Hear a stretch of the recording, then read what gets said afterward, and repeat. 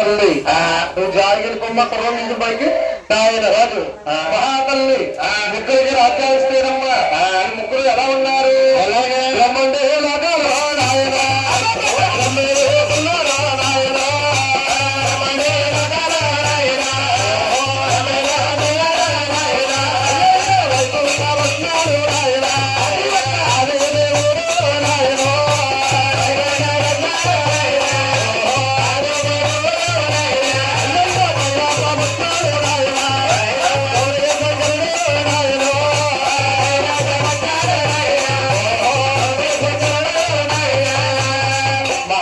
ముగ్గురికి కూడా రాజ్యాలు ఇచ్చింది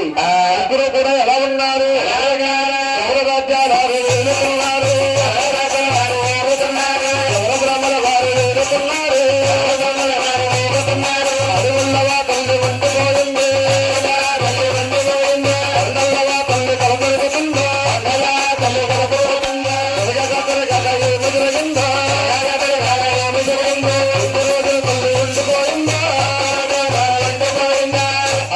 మహాతల్లి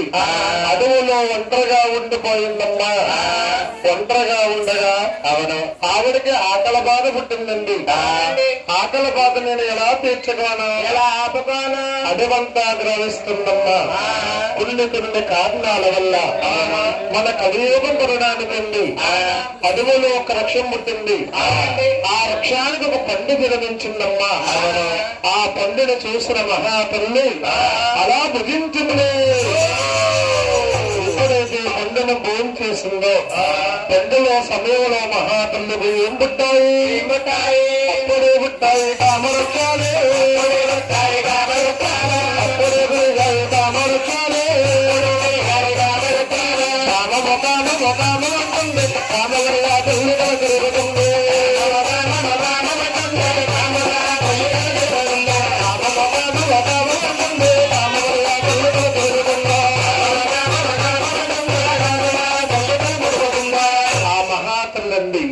పండును భోజనం చేయగానే పండుగ సమయంలో గ్రామాన్ని పుట్టాయి తండ్రి గ్రామాన్ని ఎవరు తీరుస్తారు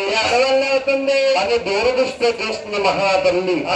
కంటికి మానవుడు అనేవారు కనపడటం లేదు ఆ తల్లికి ముగ్గురు కనిపిస్తున్నారు ఎవరండి బ్రహ్మదేవుడు మహావిష్ణువు శంకరుడు ఈ ముగ్గురులో నా గ్రామాన్ని ఎవరు తీరుస్తారు నన్ను పొందుతారు అని ముందుగా బ్రహ్మలోకం ఉన్నదండి ఆరేదే బారేదే ఓ బాబా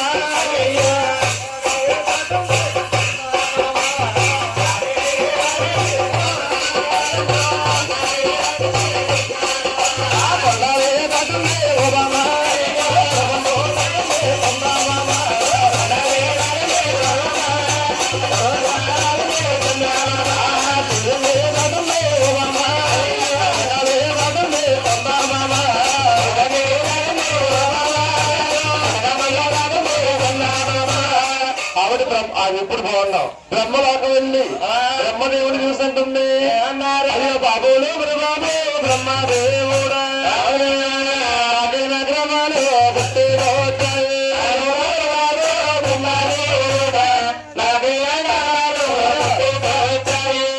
గ్రామాలు గ్రామము తెచ్చాడు బ్రహ్మదేవుడా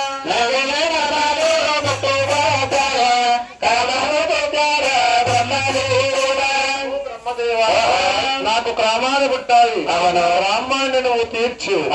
నన్ను పొందవయ్యా పొందగలిగాడు అనగా బ్రహ్మదేవుడమ్మ రెండు సోలు మూడున్నారుగా ఉన్నామై